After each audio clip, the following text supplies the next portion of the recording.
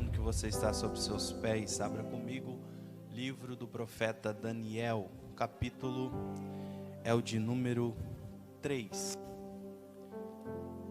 Livro do profeta Daniel, capítulo 3. Vou pedir aí ajuda do meu amigo Emerson aí na sonoplastia, porque devido a essa oscilação na temperatura, minha rinite ficou muito atacada nos últimos dias. Eu estou com um probleminha na fonética, mas eu creio que Deus vai nos agraciar uma vez mais com a sua misericórdia, e nós conseguiremos, dentro do tempo que me fora proposto, aplicar uma mensagem para a igreja.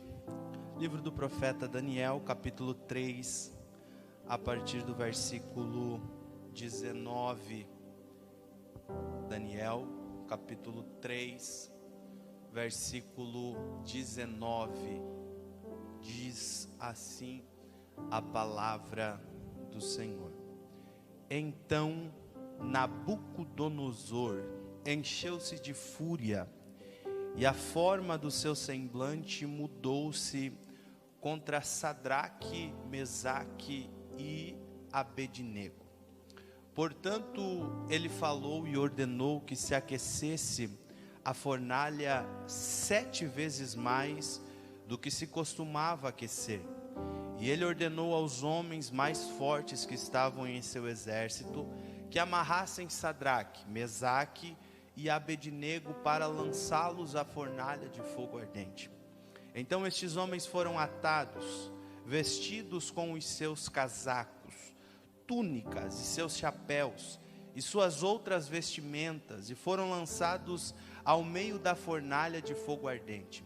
Ora, como a ordem do rei era urgente, a fornalha excessivamente quente estava, a chama do fogo matou aqueles homens que carregavam Sadraque, Mesaque e Abednego. E estes 3 homens, Sadraque, Mesaque e Abednego, caíram atados no meio da fornalha de fogo ardente. Então o rei Nabucodonosor ficou espantado e levantou-se apressadamente e falou, e disse aos seus conselheiros: Não lançamos nós 3 homens atados ao meio do fogo? Eles responderam e disseram ao rei: Verdade, ó rei. E ele respondeu e disse: Eis que eu vejo 4 homens soltos caminhando no meio do fogo, e eles não têm ferimento, e a forma do quarto é semelhante ao Filho de Deus. Se você pode, diga um amém pela palavra. Tome seu assento, por gentileza. Eu prometo que serei bem rápido, mas eu preciso da sua atenção por alguns minutos. É bem verdade que no Antigo Testamento, Deus tratou com o povo de 3 formas e com 3 acontecimentos de grande relevância. A primeira tratativa de Deus com o povo foi através do dilúvio, que durou cerca de 40 dias, onde Noé ficou repousado junto com a sua família, 372 dias dentro da arca que o Senhor o mandara fabricar. A segunda tratativa de Deus com o povo foi através do cativeiro faraônico, que durou cerca de 430 anos, onde Deus levanta Moisés com mão forte para tirar o povo debaixo de um jugo da dinastia faraônica. A terceira tratativa de Deus com o povo foi através do cativeiro babilônico, que durou cerca de 70 anos. É nessa terceira tratativa de Deus com o povo que permeiam o enredo de toda a história destes 3 jovens. É bem verdade que existiram inúmeros motivos para o povo ter sido levado cativo para a Babilônia.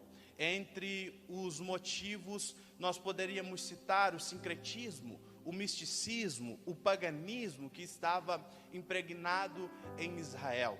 Entre tantos motivos, nós poderíamos citar o não cumprimento do ano de descanso ou o ano do Shabat.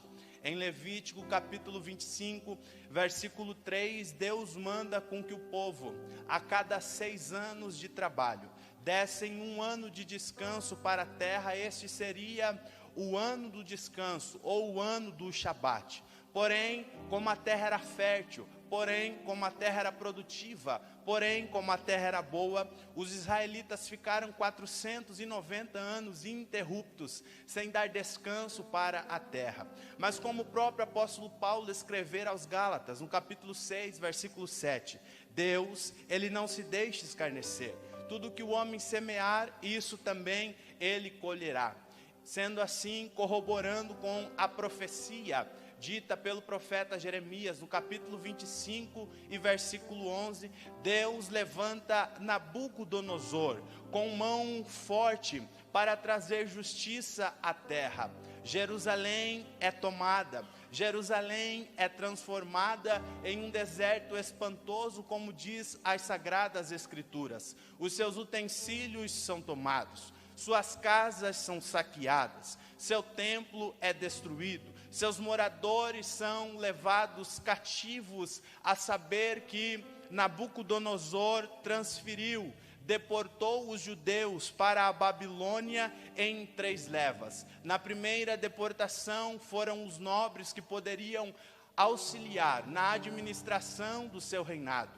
Na segunda deportação foram todas as pessoas que poderiam auxiliar nas atividades rurícolas às margens do rio Quebar. E na terceira deportação foram os trabalhadores servis e as pessoas que viviam às margens da sociedade. Daniel e seus amigos, a saber, Ananias, Misael e Azarias, foram deportados na primeira leva, com aqueles que foram denominados, com aqueles que foram chamados de nobres em ciências e também em sabedoria. E é aqui que inicia a trajetória e o enredo destes 4 jovens que serão mencionados neste livro do profeta Daniel. É bem nesse período aqui que dá-se início à trajetória e a história desses 4 jovens nas terras babilônicas. Porque eles não estavam ali por vontade própria, eles não estavam ali por opção, eles não estavam ali devido às suas escolhas. Nada disso tinha sido a causa deles estarem ali. Eles estavam ali devido a um caos que estava impregnado em Jerusalém. Então é no meio de todo este cenário desfavorável, então é no meio de todo este cenário idólatra, então é no meio de todo este cenário pagão, que Deus levanta 4 jovens na Babilônia. Porém, mesmo sendo jovens levantados por Deus em terra estranha, isso não lhes fazia mais importante do que os outros. Isso lhes faziam sim pessoas que tinham uma missão a mais do que os outros.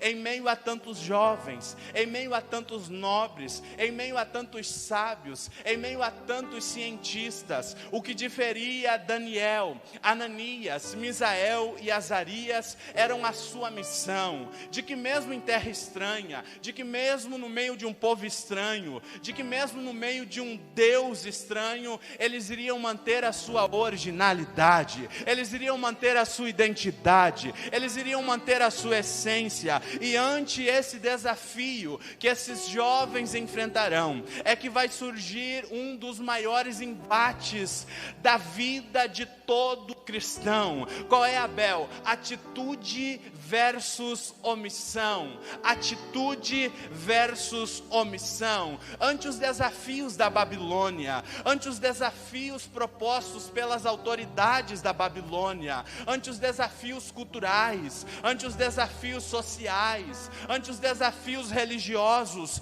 esses 4 jovens jovens, eles poderiam se omitir, eles poderiam se silenciar, eles poderiam não se posicionar, mas sobre eles repousa uma palavra, dita no capítulo 1 e versículo 6. Qual é a palavra, Bel? Entre esses estavam os filhos de Judá, a saber, Daniel, Ananias, Misael e Azarias. E qual é a palavra que eles carregavam nos seus ombros? Uma palavra muito simples, mas com um peso muito grande. Qual é? Eu sou filho de Judá. Eu sou filho de Judá. Sobre Judá repousava uma palavra dita por Jacó em Gênesis 49. Em Gênesis 49, a Bíblia vai dizer que Jacó já estava avançado em idade. Ele vai reunir todos os seus filhos. Jacó está abençoando os seus filhos e ele vai destinar 5 versículos para abençoar Judá. Entre tantas palavras que Jacó lança, uma delas se destaca, porque Jacó vai dizer: o cetro não se afastará de Judá, nem o legislador dentre seus pés, até que venha Siló. Não é até que venha de Siló, mas é até que venha Siló. A palavra Siló aqui no hebraico significa descanso, ou significa aquele que vai doar o descanso para nós. Esta é uma das mais antigas profecias a respeito de Cristo contida na Bíblia Sagrada. Jacó estava dizendo para os descendentes de Judá: se alegrem, se regozijem, se deleitem, se tranquilizem. Por quê? Porque a maior de todas as promessas será canalizada, a maior de todas as promessas será direcionada, a maior de todas as promessas será volvida através de vocês, através da tribo de Judá. Em Isaías capítulo 53 versículo 7, vai dizer que ele foi oprimido, ele foi afligido, contudo ele não abriu a sua boca. Ele é trazido como um cordeiro para o matadouro, e como uma ovelha muda perante os seus tosqueadores, ele não abriu a sua boca. Este é o cenário que permeava a crucificação de Jesus. Agora vamos para Apocalipse, capítulo de número 5, versículo 5. Agora aqui não é mais um Cristo terreno, agora aqui não é mais um cordeiro mudo, agora aqui não é mais alguém desprezível. E um dos anciãos disse: não chores, eis que o leão da tribo de Judá, a raiz de Davi, prevaleceu para abrir o livro e romper os seus 7 selos. Nos momentos de maior dificuldade na história destes jovens, eles se lembravam: nós somos portadores e condutores de uma palavra lançada por nosso pai Jacó. Por isso, dentre tantas dúvidas que permeavam a cabeça desses jovens por estarem na Babilônia, por estarem em terra estranha, uma coisa eles tinham certeza: eu não sou órfão, eu tenho um pai, eu tenho uma descendência, e tenho por obrigação dar continuidade àquilo que me for entregue ali atrás. Tudo que o inimigo quer é que a igreja se perca dentro de si mesma. Tudo que o inimigo quer é que a igreja não dê continuidade à obra missionária. Tudo que o inimigo quer é que a igreja não cumpra com o seu propósito na terra. Tudo que o inimigo quer é que sejamos uma igreja infértil, é que sejamos uma igreja improdutiva. Mas nessa noite eu vim com uma palavra do céu para te entregar. Eu vim com uma palavra do céu para entregar para esta igreja, porque enquanto o inimigo está esperando que a igreja se cale, que a igreja não produza, que a igreja não avance, nós vamos ao encontro do inimigo contra todos os intentos, porque aqui há uma igreja que peleja, aqui há uma igreja que segue. Nós não seremos taxados e marcados como uma geração que é órfã da presença de Deus, como uma geração que é órfã dos dons espirituais, como uma geração que é órfã das revelações do eterno. Orfandade nenhuma me representará, orfandade nenhuma te representará, orfandade nenhuma representará a igreja de Cristo na terra. Por quê? Porque nós somos filhos de Judá, nós somos filhos de Judá. Então, meu irmão, não aceite menos do que ser chamado de filho de Deus. O mundo pode querer provar várias coisas a nosso respeito, O mundo pode querer alterar várias coisas dentro de nós. O mundo pode querer impor várias coisas em nosso meio, mas uma coisa eles não podem alterar, uma coisa eles não podem modificar, uma coisa eles não podem corromper, uma coisa eles não podem desfigurar. Qual é, Abel? Nós somos filhos de Deus. A nossa paternidade não é terrena, a nossa paternidade não é terrena, a nossa paternidade não é terrena. Deus está levantando hoje uma geração de cristãos como Ananias. Deus está levantando hoje uma geração de cristãos como Misael, uma geração de cristãos como Azarias, uma geração de cristãos como Daniel, cristãos que têm certeza de onde vieram, cristãos que têm certeza de onde estão, e cristãos que têm certeza de para onde irão. O passado é história, o presente é Cristo, e o futuro é o céu, é o céu, é o céu, é o céu, é o céu, é o céu, é o céu. O futuro da igreja não é terreno, o futuro da igreja é o céu, é o céu. Preciso correr. No capítulo 1, Daniel e seus amigos se posicionam na Babilônia a não comer os manjares do rei. Passam por 3 anos se alimentando apenas de legumes, e nós adentramos o capítulo de número 2. O capítulo de número 2, Daniel revela e interpreta o sonho de Nabucodonosor. E como nenhum outro sábio havia feito aquilo, Nabucodonosor o coloca como governador da Babilônia. Agora, Daniel, governador da Babilônia, coloca Ananias, Misael e Azarias como seus assessores parlamentares. No capítulo 3, há um hiato na história de Daniel. Aqui só aparecerão os 3 amigos de Daniel, já com nomes modificados para louvar aos deuses babilônicos. Ananias passou a ser chamado Sadraque, Misael passou a ser chamado Mesaque, Azarias passou a ser chamado Abednego. É neste capítulo que eles terão as suas experiências pessoais. Até agora eles estavam sombreados por Daniel, mas é aqui que Deus se revelará a eles. Nabucodonosor mandou erigir uma imagem de ouro, a fim de que todas as vezes que os instrumentos fossem tocados na Babilônia, todos adorassem a imagem que era a representação da glória do rei e todos os seus deuses pagãos. É neste contexto que 3 jovens se posicionam e dizem: nós não adoraremos a imagem de Deus pagão. Para esses 3 jovens, o cargo público não é maior do que a glória de Deus. Para esses 3 jovens, o status de parlamentar não é maior do que a glória de Deus. Para esses 3 jovens, o respeito dos nobres não era maior do que a glória de Deus. Entre a honra terrena e a glória celestial, eu prefiro render glórias a quem merece glórias. Por quê?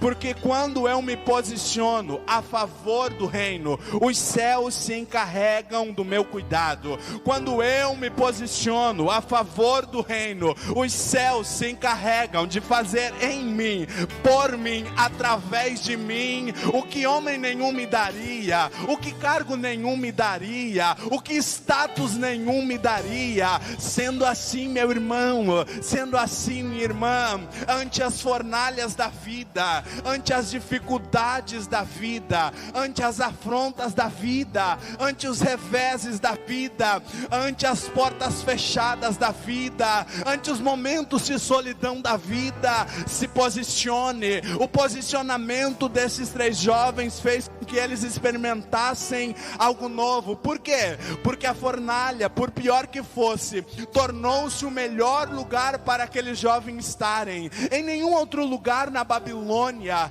eles receberiam a visita do 4º homem semelhante ao Filho do Deus vivo. Então Então, para você que está aqui nesta noite, eu quero lhe dizer: chegou a hora de você se posicionar, chegou a hora de você ter as suas próprias experiências, chegou a hora de você contar os seus próprios milagres, chegou a hora de você ter os seus próprios testemunhos. Moisés e Josué presenciaram muitos milagres juntos, porém chegou a hora de Josué vivenciar os seus próprios milagres. Elias e Eliseu tiveram inúmeras experiências juntos, porém chegou a hora de Eliseu ter as suas próprias experiências. Jesus e os seus discípulos operaram inúmeros milagres juntos, porém chegou a hora de os discípulos vivenciarem os seus próprios milagres. Nesta noite, vá para casa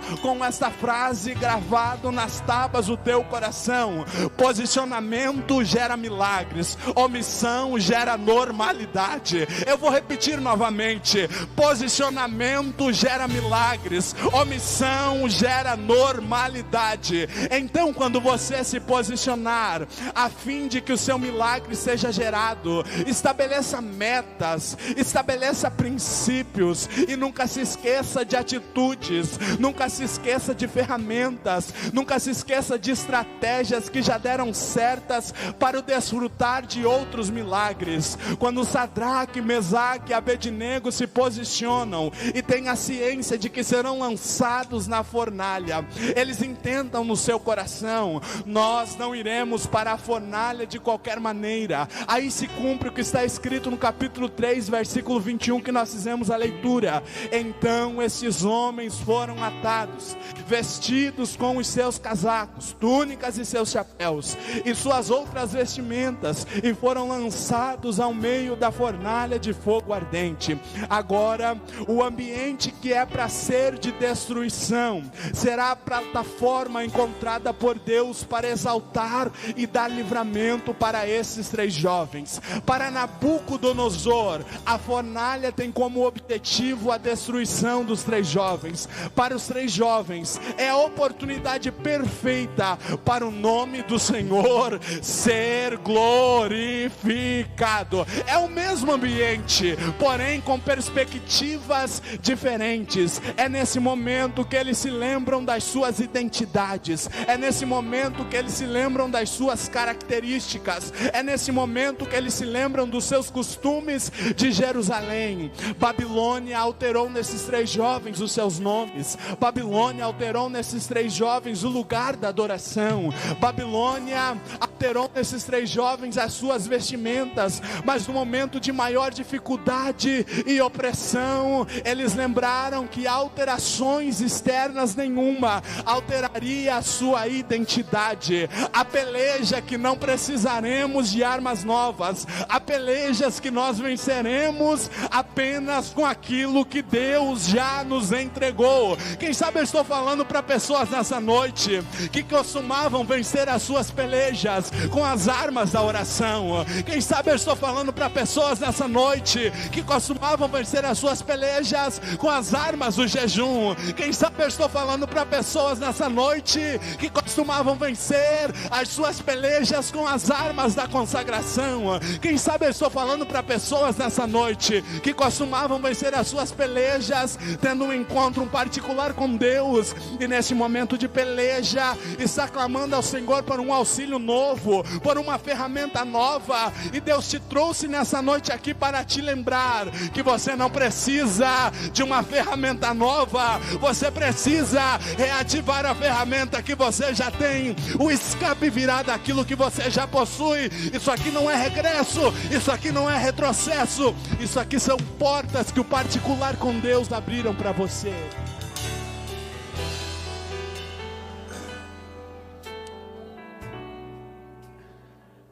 São erros que muitos de nós costumamos cometer ante as fornalhas da vida, ante as dificuldades da vida, ante as afrontas da vida. Nós muitas vezes esquecemos de tudo aquilo que Deus já nos entregou e nos colocamos em oração a pedir algo novo. E Deus está lhe dizendo: reativa a ferramenta que eu já te dei, reativa o dom que eu já te entreguei, Reativa o ministério que já está sobre as suas mãos. Para de pedir algo novo quando você não desfrutou ainda nem daquilo que Deus já te deu.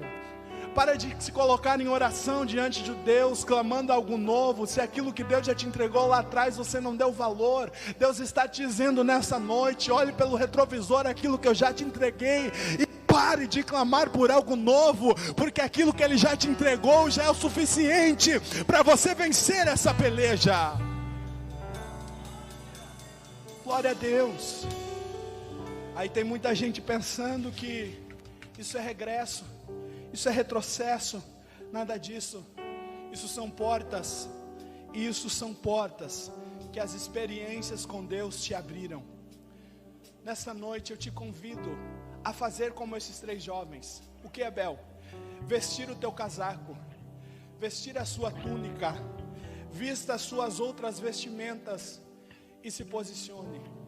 Quem sabe teu casaco já está embolorado. Quem sabe a ferramenta que Deus te entregou lá atrás, você nem sabe onde está. Quem sabe não está lubrificada, quem sabe não está afiada, quem sabe não está pronto para usar.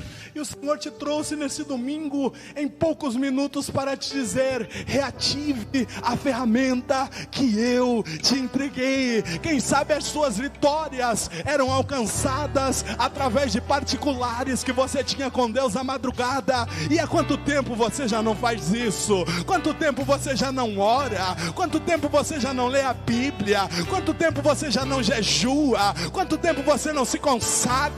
E o Espírito te trouxe aqui para te dizer: eu estou no mesmo lugar, no mesmo ambiente, te esperando para que você use.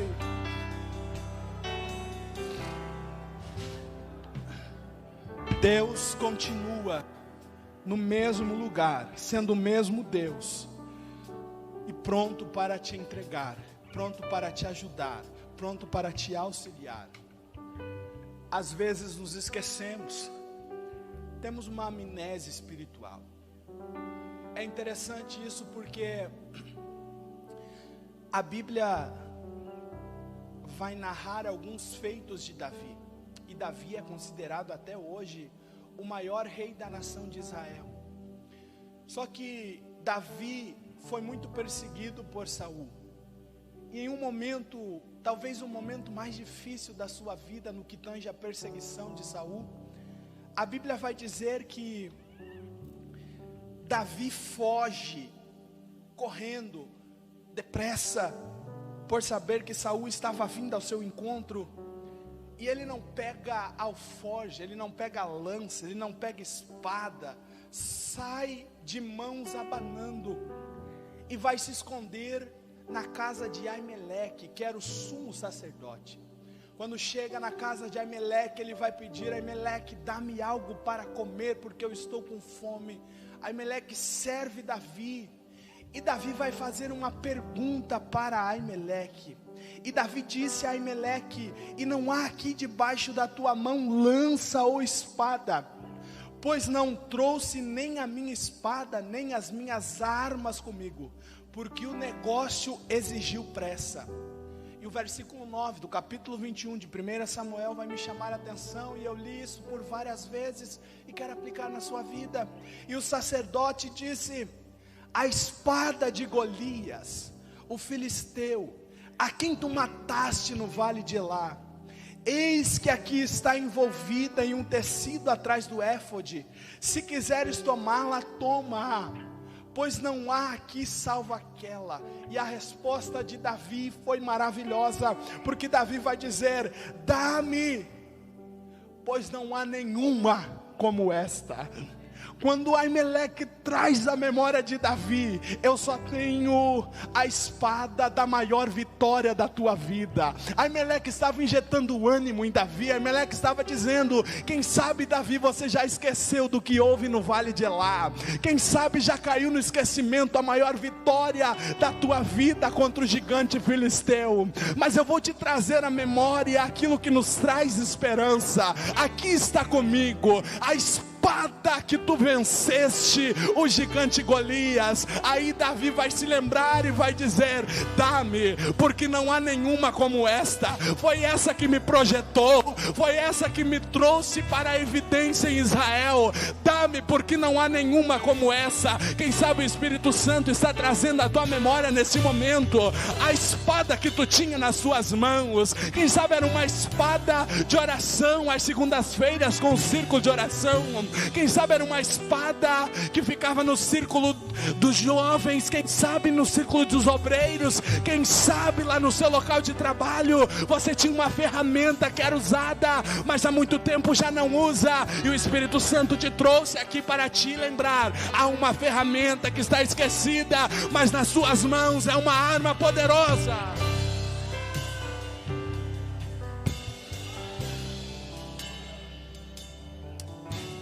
As espadas eram individuais.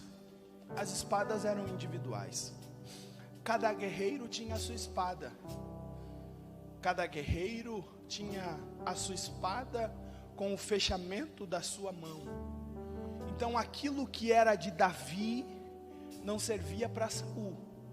Aquilo que era de Saul não serviu em Davi. Porque a arma que Deus me dá para pelejar a favor do reino é para mim usar, não é para você. A arma que Deus lhe dá para você pelejar em favor do reino é para você usar, não é para mim.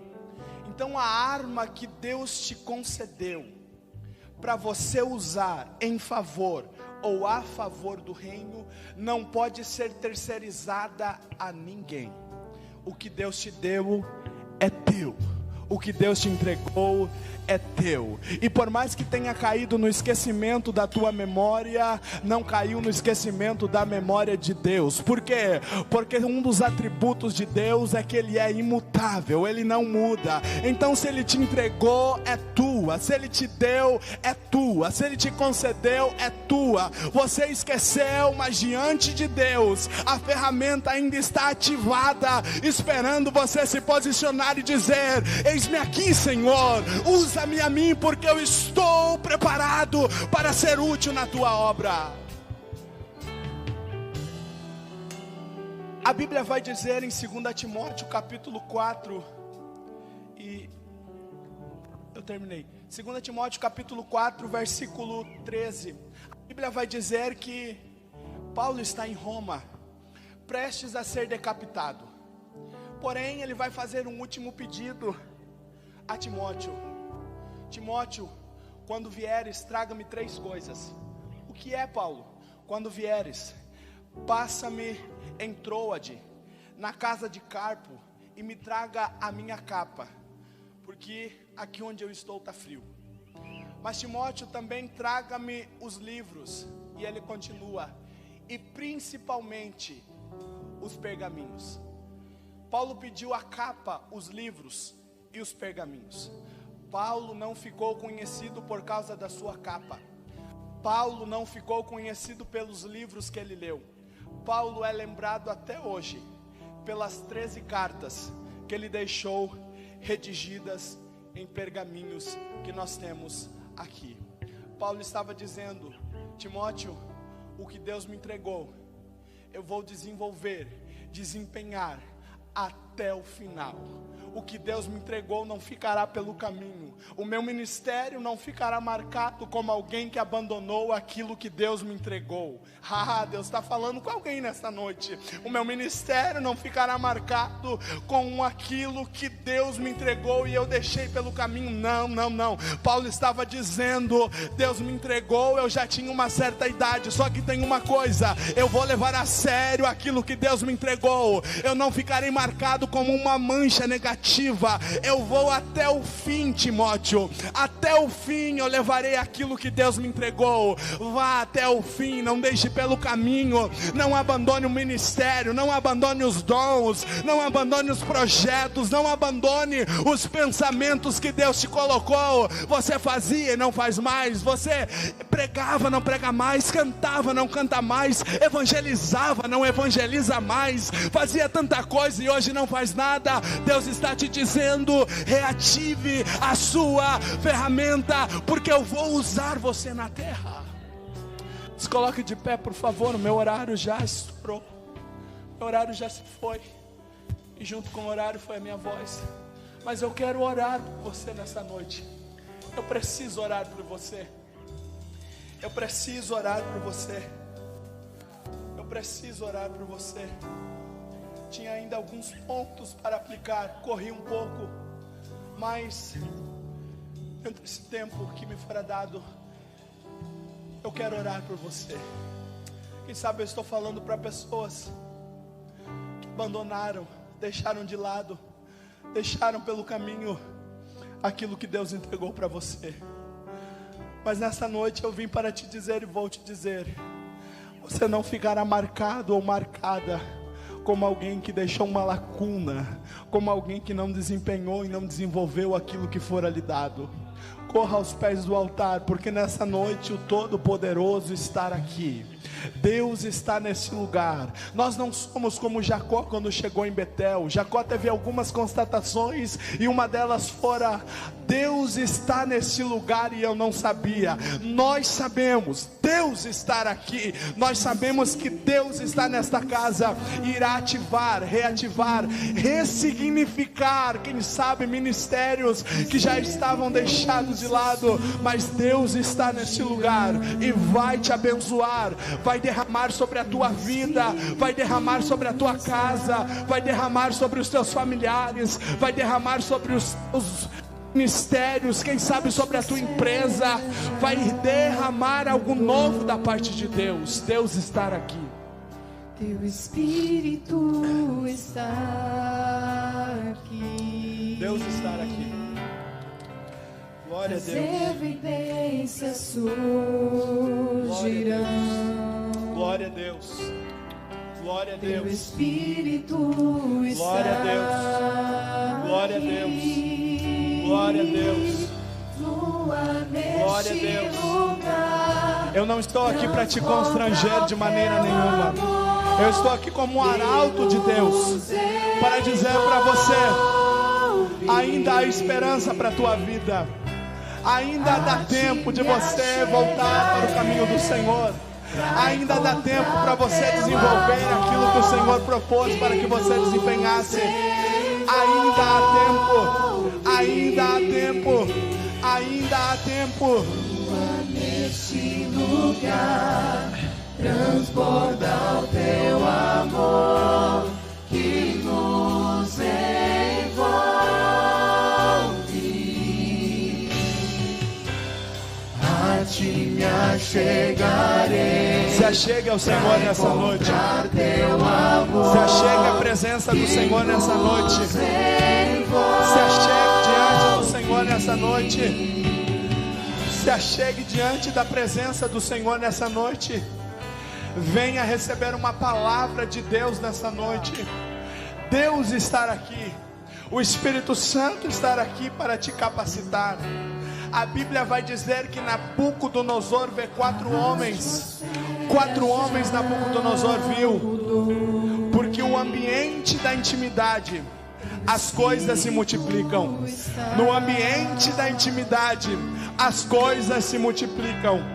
No ambiente da intimidade, as coisas se multiplicam. Quem sabe você está vivendo por períodos dificultosos, mas Deus está lhe dizendo: vem para um ambiente de intimidade comigo, que eu vou revigorar as suas forças, que eu vou multiplicar a tua esperança, que eu vou te auxiliar, eu vou te ajudar, eu vou te conduzir. Eu estou aqui para estar contigo. Teu Espírito está aqui.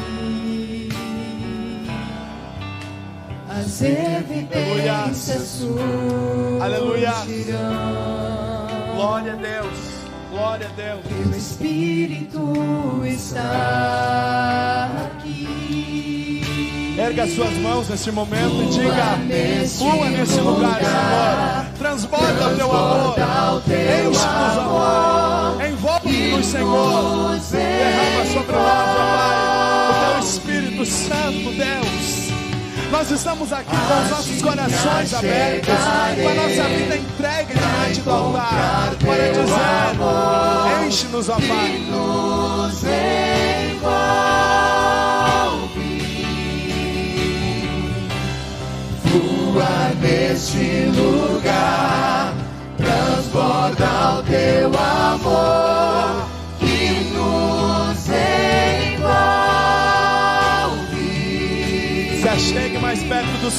nessa noite. me chegarei, Chegue mais perto. pra encontrar teu A presença do Senhor te amor. cura nessa noite. A presença do Senhor te renova nessa noite. A presença do Senhor te envolve nessa noite. A presença do Senhor te enche nessa noite. A presença do Senhor te cura nesta noite. Aleluias. Lerebas, Suriandaragabas, Andorebas, Surianderebas, Andobadarabas, Andarabas.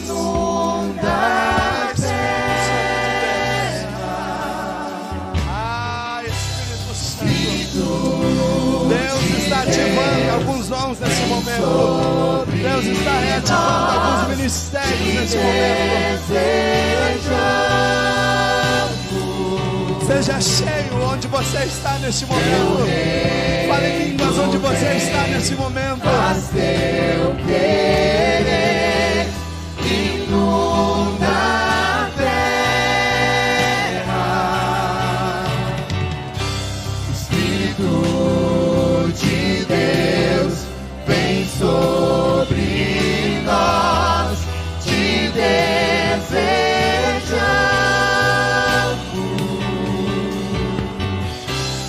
Teu reino vem, faz teu querer, inunda a terra.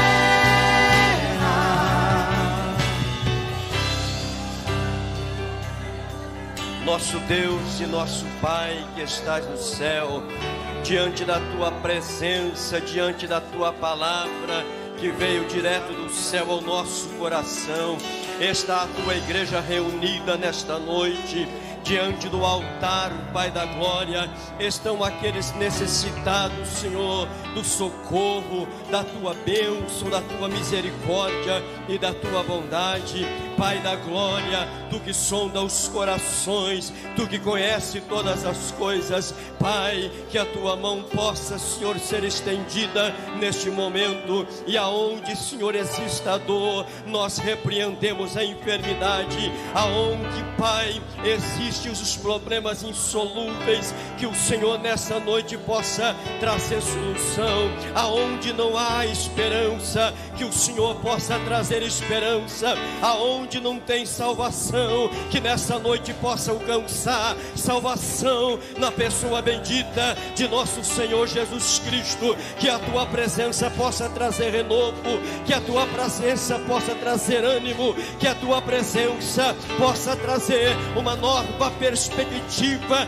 de vida no teu servo e na tua serva. Estende a tua mão, que a tua glória possa manifestar, e que todos nós possamos sair daqui revestidos, cheios da manifestação da tua glória no nosso coração, e que a tua presença possa inundar as nossas vidas. A tua igreja, a tua noiva, possa nessa noite continuar sentindo a tua presença, o renovo que vem do céu, toca no coração daquele que se abre, renova as forças do cansado. Pai da glória, toma nas tuas mãos a tua noiva e enche da tua glória.